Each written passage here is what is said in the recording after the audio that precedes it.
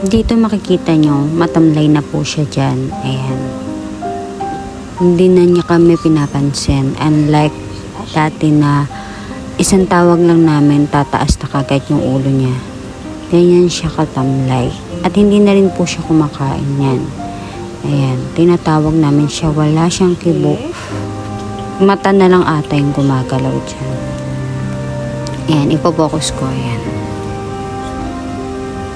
Sobrang tamlay na niya. Nakakatakot. Kasi namatayan kami ng aso. Si Kaway ngayon. Ayun. At hanggang sa sumuka na po siya ng ganyan. Dito makikita, dinala na namin siya sa vet. Pina-check up namin siya dahil kinakabahan kami. Ayan, makikita na positive parvo po siya.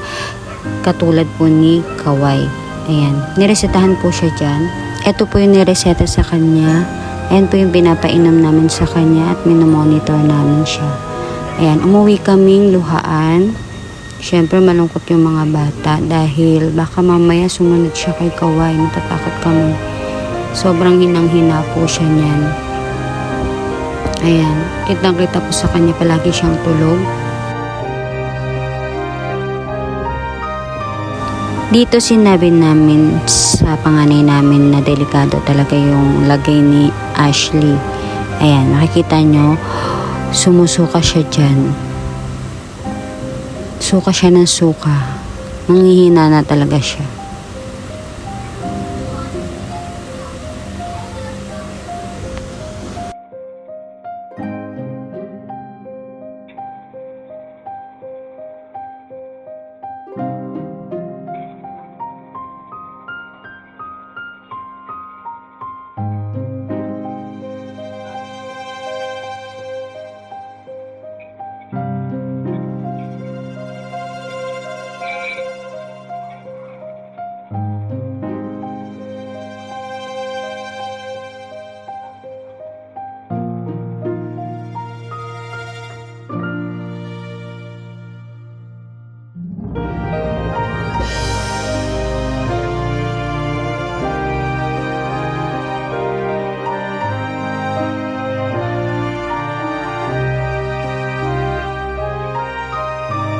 Dito naman todo iyak naman ng aming panganay na si Lay dahil delikado nga talaga yung lagay ng kanyang aso, si Ashley. Monitor namin siya gabi araw, lagi namin siya pinapainom ng gamot. Ayan, pero hindi pa rin siya kumakain. Lahat na binigay na namin, mga atay, yan yung favorite niya. Hotdog, yan yung mga favorite na kinakain niya palagi. Pero ayaw niya pa rin kainin.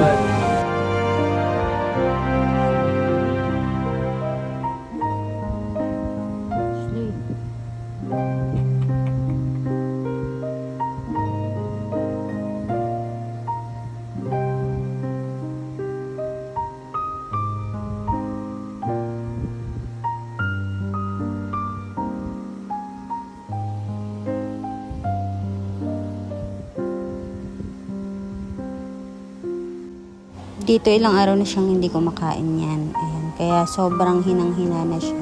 Hindi na namin alam yung gagawin namin. Pero patuloy pa rin yung gamot na nireseta sa kanya.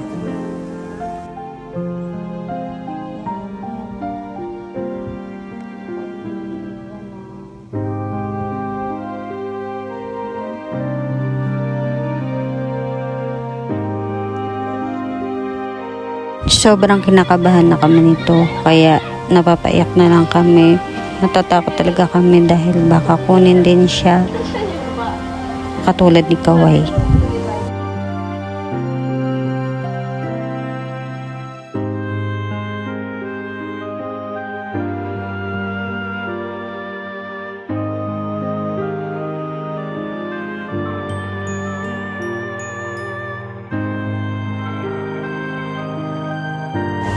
Pero di kami nawawalan ng pag-asa. Palagi lang namin siya pinapainom ng gamot na reseta sa kanya. Yun lang. Si Daddy sa umaga at si Leia nagpapainom ng gamot. And then sa gabi naman, si Daddy at ako ang nagpapainom ng gamot. Kailan kasi dalawa yung magpapainom, isa hawak sa aso and then yung isa si syringe. Ayan. Sobrang hirap kasi talaga niyang painumin ng gamot.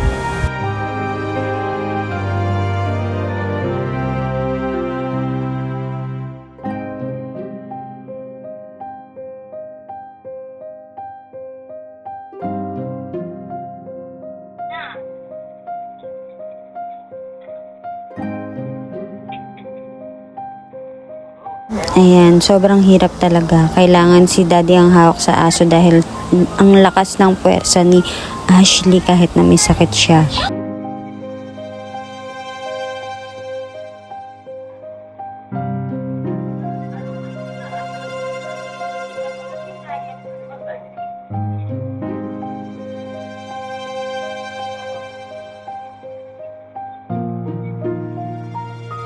Ito yung madaling araw na nagising ako. Nakita ko umiinom siya ng tubig.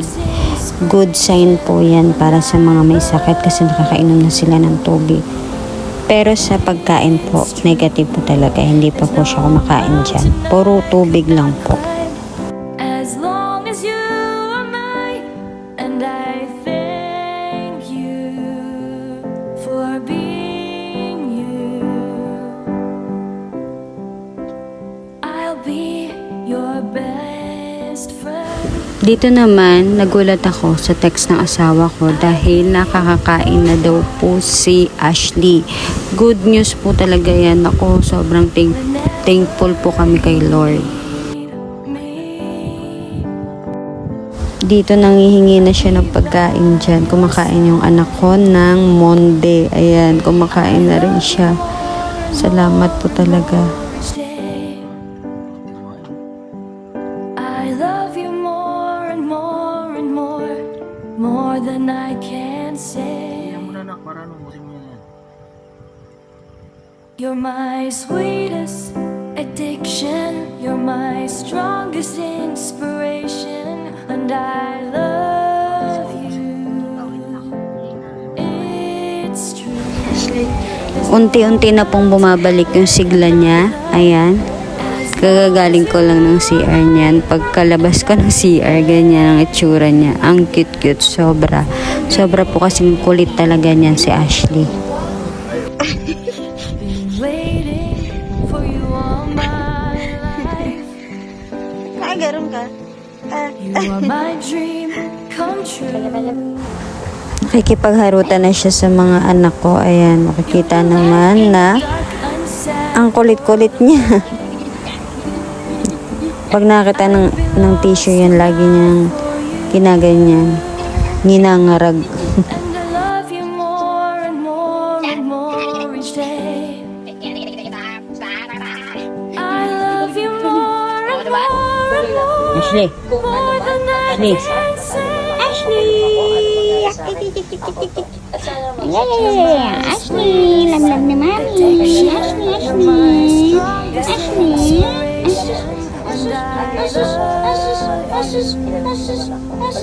Ayan ang baby namin. Masigla na siya. There's no mountain